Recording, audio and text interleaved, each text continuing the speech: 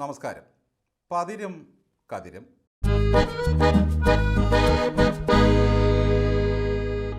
തോപ്പിൽ ഭാസിയുടെ ഒളിവിലെ ഓർമ്മകളിൽ ഒരു രംഗമുണ്ട്. ഒരു ചെറ്റപ്പുരയിലാണ് ഒളിച്ചിരിക്കാൻ ഭാസി അന്ന് കയറി ചെന്നത്.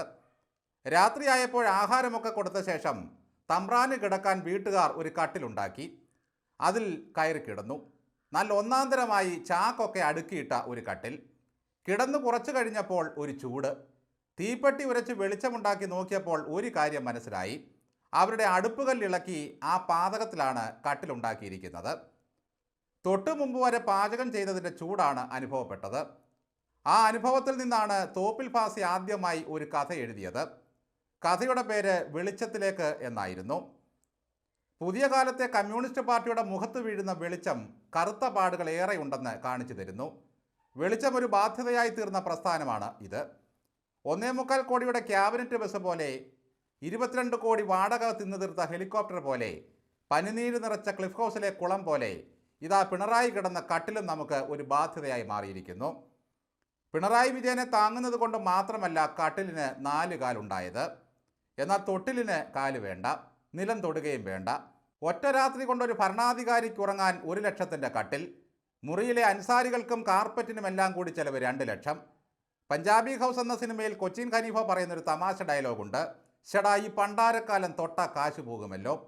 നമ്മുടെ ബഹുമാനപ്പെട്ട മുഖ്യമന്ത്രി എവിടെ തൊട്ടാലും കാശ് പോകും. അപ്പോൾ കിടക്കുന്ന കാര്യം പറയണോ? പിണറായി വിജയൻ പമ്പയിൽ ചെന്ന് അന്തി ഉറങ്ങിയ ആ കട്ടിൽ ഏത് തടി കൊണ്ട് ഉണ്ടാക്കിയതാകും? ജി ശങ്കരക്കുറുപ്പിൻ്റെ ചന്ദനക്കട്ടിൽ പോലെയാകുമോ?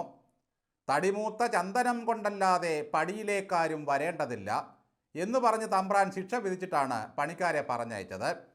തലയും ചൊറിഞ്ഞ് തിരിച്ചു വന്നാൽ തലയോടുകൂടി വിടില്ലൊരാളെ എന്നും പറഞ്ഞു. എന്തായാലും പിണറായി വിജയന് പമ്പയിൽ ശയനമുറി ഒരുക്കിയതിൻ്റെ ചെലവ് കണ്ട് അന്തം വിട്ടു നിൽക്കുകയാണ് മനുഷ്യരാകെ.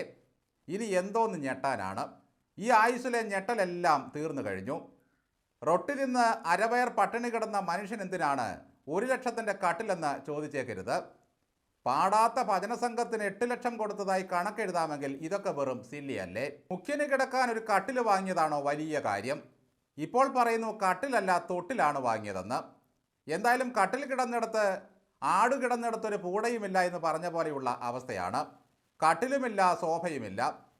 ഏഴകളുടെ ദൈവത്തെ ലോകം മുഴുവൻ അറിയട്ടെ എന്ന് കരുതിയാണ് പിണറായി വിജയൻ ഇതെല്ലാം ചെയ്തു കൂട്ടിയത്. പിണറായി വരുന്നതിന് മുമ്പ് ആർക്കെങ്കിലും അറിയാമായിരുന്നോ ഇങ്ങനെ ഒരു ദൈവം തനിച്ച് കാട്ടിൽ ചെന്നിരിക്കുന്ന കാര്യം? ആ ദൈവത്തിൻ്റെ പ്രചാരകരായി പിണറായി വിജയനും വാസവനും ഫ്ലെക്സിൽ കയറിയിരുന്നു. മരുമോൻ കൂടി ഉണ്ടായിരുന്നെങ്കിൽ ജോറാകുമായിരുന്നു.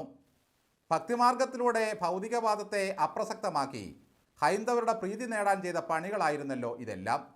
അല്ലെങ്കിൽ പിന്നെ യോഗി ആദിത്യനാഥിനെ കൊണ്ട് മംഗളപത്രം വായിപ്പിക്കുമോ ഈ കമ്മ്യൂണിസ്റ്റ് സർക്കാർ? പിണറായി വിജയൻ പോയതോടെ കട്ടിലും കോൺസോഫയും കാർപ്പറ്റും എല്ലാം അപ്രത്യക്ഷമായി.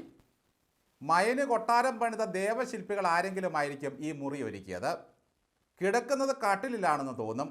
പക്ഷേ യഥാർത്ഥത്തിൽ പിണറായി കിടന്നത് തോപ്പിൽ ഭാസി കിടന്ന പോലെ ചാക്കടുക്കി അതിൻ്റെ മുകളിലായിരുന്നു.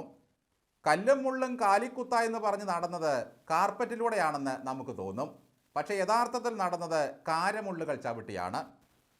ഭജനസംഘത്തിന് 8 ലക്ഷം എന്നെഴുതിയത് പിശകാണെന്ന് തിരുത്തൽ വന്നിട്ടുണ്ട്. മുഖ്യമന്ത്രി വെറും നിലത്തു മയങ്ങുന്ന ഫോട്ടോ ചിലപ്പോൾ ഉടൻ തന്നെ എത്തിയേക്കും. ഒരു കോണിൽ നിന്നും മാടപ്രാവാണ് വിജയനെന്ന് പറഞ്ഞ് വെളുപ്പിച്ചു വരും. അടുത്ത നിമിഷം കിണർഗോലു പിന്നെയും തളരും. റൊട്ടിക്കഥ നെയ്മീൻ കറി കൊണ്ടുപോയി. ഒരു പാവം പെങ്കൊച്ചിനെ ആട്ടിയതിൻ്റെ ക്ഷീണം അവർ തന്നെ വെളുപ്പിച്ചു വന്നപ്പോഴേക്കും പമ്പയിലെ കട്ടിലായി വാർത്ത. സത്യമൊരിക്കൽ പുറത്തു വരും. ഉദ്യോഗസ്ഥരാണ് കുഴപ്പക്കാർ എന്ന് പറഞ്ഞ് മൂന്നാർ സ്വാമി PS പ്രശാന്ത് രംഗത്ത് വന്നിട്ടുണ്ട്. ഇതുതന്നെയാണ് മിസ്റ്റർ പോറ്റിയും തന്ത്രിയും വാസുവും എല്ലാം പറഞ്ഞത്. സത്യം പുറത്തു വന്നോട്ടെ, കള്ളൻ എപ്പോൾ അകത്താകും എന്നാണ് അറിയേണ്ടത്. സ്വർണ്ണക്കൊള്ളയിൽ നിന്നും ഭക്തരുടെ മനസ്സു മാറ്റാനാണ് ശബരിമലയിൽ സദ്യ വിളമ്പി തുടങ്ങിയത്. ഒരു കിറ്റോ ഒരു ഉരുളയോ കിട്ടിയാൽ മലയാളികൾ എല്ലാം മറക്കുമെന്ന് ഇവന്മാർക്കറിയാം. ഇത്രയും കട്ടുമുടിച്ചത് അറിയാമായിരുന്നിട്ടും പ്രശാന്ത് സത്യമൊന്നും ആരോടും ഇതുവരെ പറഞ്ഞില്ല. ഇപ്പോൾ പറയുന്നു ഒരു നാൾ സത്യം നിരങ്ങി വരുമെന്ന്. മൂന്നാറിൽ മുറിയെടുത്ത് ഉണ്ടു നിറഞ്ഞ് പമ്പയിൽ വന്ന പരമഭക്തനാണല്ലോ നിങ്ങൾ. മനുഷ്യന് മനസ്സിലാകുന്ന ഒരു ന്യായം പറയാൻ പ്രശാന്തിന് ഇതുവരെ കഴിഞ്ഞിട്ടുണ്ടോ ഏതെങ്കിലും വിഷയത്തിൽ? പിണറായി ഉച്ചിവെച്ച് അനുഗ്രഹിച്ച ഏതെങ്കിലും ഒരുത്തൻ ഗുണം പിടിച്ച ചരിത്രമുണ്ടോ? അതാണ് ആ ശുദ്ധമായ കൈകളുടെ ഗുണം. സ്വന്തം പ്രസ്ഥാനത്തെ വഞ്ചിച്ചു ചെന്നവനെ പിണറായി ദേവസ്വത്തിൻ്റെ പ്രസിഡൻ്റാക്കിയത് ഒന്നും കാണാതെയല്ല, ചുടുചോറ് വാരിക്കാൻ വേണ്ടി തന്നെയാണ്. ആര് കട്ടാലും നോക്കിയിരുന്ന വെള്ളം മിണുങ്ങാനേ കഴിയൂ. മാക്സിമം സുഖിക്കാനുള്ളതും കാശുണ്ടാക്കാനുള്ള അവസരം കിട്ടി. അത് മുതലാക്കാനാണല്ലോ മൂന്നാറിൽ മുറിയെടുത്തത്. അവിടെ ഇരുന്ന് ശരണം വിളിക്കുമ്പോൾ അയ്യപ്പൻ കേട്ടെന്നിരിക്കും.